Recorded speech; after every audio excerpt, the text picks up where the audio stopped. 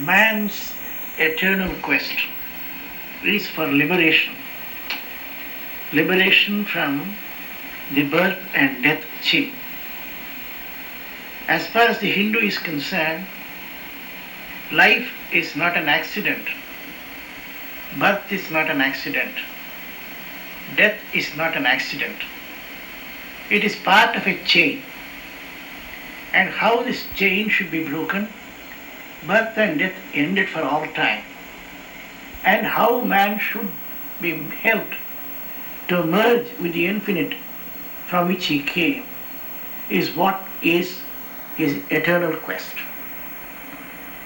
And the knowledge that gives you this answers to this question is known as Brahma Vidya. Brahma means infinite. Brahma Vidya means knowledge about the infinite. Brahma, the characteristic of infinite, is known as Brahmanya. Fineness, refinement of that quality is known as Subramanyam. Subramanya as a deity, therefore, symbolizes the quality of the infinite, if you can so describe it, because the infinite is neither possessed of quality or quantity, but for purposes of understanding, we have to say it is so. Subramanyam, therefore, is knowledge that provides this quality. This assessment of quality, this assessment of the route to the infinite, so that we who have strayed away from the infinite would go back into the infinite. This knowledge is of two kinds, according as it provides the means to gradual liberation from the state of finiteness or instantaneous liberation from this state. Gradual liberation is known as Krama Mukti. Instantaneous liberation is known as Sadhyo Mukti. Subramanya, who symbolizes knowledge of both kinds of motion towards the infinite, is depicted in legend as the quintessence of Vedic knowledge and Vedic Dharma. That's why he is called Subramanyam. And the gradual process of attaining to the infinite consists in what is actually ordained through the taboos, through the do's and don'ts in the Vedas. The Vedas are known as Treta Dharma. That knowledge is based upon the conception that man has within him both qualities of divinity and qualities of devilishness. The one is known as Deva Sampat, qualities of divinity. The other is known as devilishness. The former raises or elevates man from the imperfections of finiteness towards the infinite. The latter would damn him into finiteness almost on a permanent basis. Both types, so therefore, in order to attain to the infinite through the gradual process, one is expected to live as the Vedas have ordained, and that way he can increase his divine qualities, his Deva Sampat. If you call these divine qualities as regimented, you can call it as Deva Sena. And therefore, Subramanya is supposed to have a consort by name Devasena, symbolizing these qualities of divinity. In this process, the soul gets purified in a particular way over a long period, enters Satyaloka, the abode of Brahma, and when the Brahma merges in the infinite at the end of the Kalpa, that is the lifetime of the Brahma, automatically the infinite absorbs the soul that had been prepared for it through this Krama Mukti process. On the other side, there is the yogic path. That yogic path consists in arousing the Kundalini, the spark of cosmic energy within us, which is supposed to exist deep below in the nether regions of the body, which passes through 6 occult centers from there and in the form of lightning. So when you control your breath, you raise this internal fire from within you. It traverses the 6 occult centers, Mooladhara,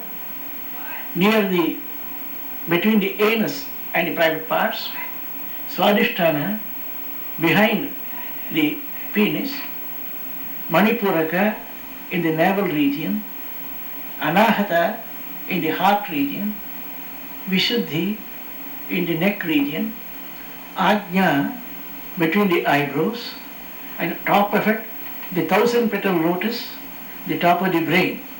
When the fire reaches there, man develops an infinite feeling of pleasurableness. It's a bliss that cannot be described by anything known to us in language and diction. All range and diction which any language can possess can never portray this. And the yogis, if they want to leave their body and attain to the infinite, will raise the fire through the Brahmarandra, the hole at the top of the skull, through which life entered at the beginning, but the hole got closed after birth. So that hole will be opened by this fire, the flame will be ejected that way, and that flame will reduce the body to ashes. Those who destroy their bodies through raising the fire of Kundalini or cosmic energy within themselves will prove the fact that even when the body burns in this process, there is no odor, foul odor generated as in cremation. This is the way in which the infinite attracts the finite through the finite's effort at breath control and raising the Kundalini fire. This happens instantaneously. This streak of lightning, which is this fire, is symbolically represented by Valli. Valli means a creeper of lightning, you can say. So she is depicted as another consort of Subramanya. So knowledge that is Subramanya, which leads to liberation, can provide Krama Mukti through a gradual process symbolized by Devasena, or Sadhya Mukti symbolized by Valli. And all knowledge, in a sense, is symbolized in the spear of Subramanya. The spear has a fine point. The spear has a certain width. And the spear, the staff of it, has a certain length. The point signifies precision in knowledge, the width, the diversity, and the staff represents the depth of knowledge. That is symbolized by the spear.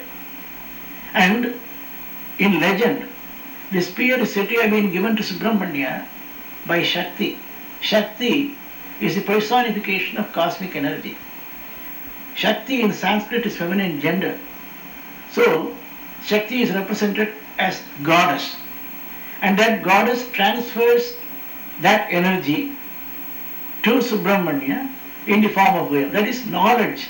The light of enlightenment is conferred by cosmic energy to Subramanya. Cosmic energy in the form of goddess Parvati to Subramanya, who is symbolized as her son. All this is only symbolic. The ultimate reality is that we are, as part of the infinite, Brahma, namely the infinite. If the infinite is infinite without you, it cannot be infinite. If the infinite can be infinite only with you, you are part of the infinite. And according to definition, any part of infinite is infinite. Since you are part of the infinite, you are also infinite. That is the doctrine behind Aham Brahmasmi. I am that. Tattvamasi, thou art that. Prajnanam Brahma, knowledge is Brahma. I am Atma Brahma, this soul is infinite. All these sentences are taken, one each, from the Vedas. Aham Brahmasmi is Yajurveda. Prajnanam Brahma is Rigveda. Ayamatma Brahma is Atharva Veda. Tattvamasi is Samaveda. Thank you.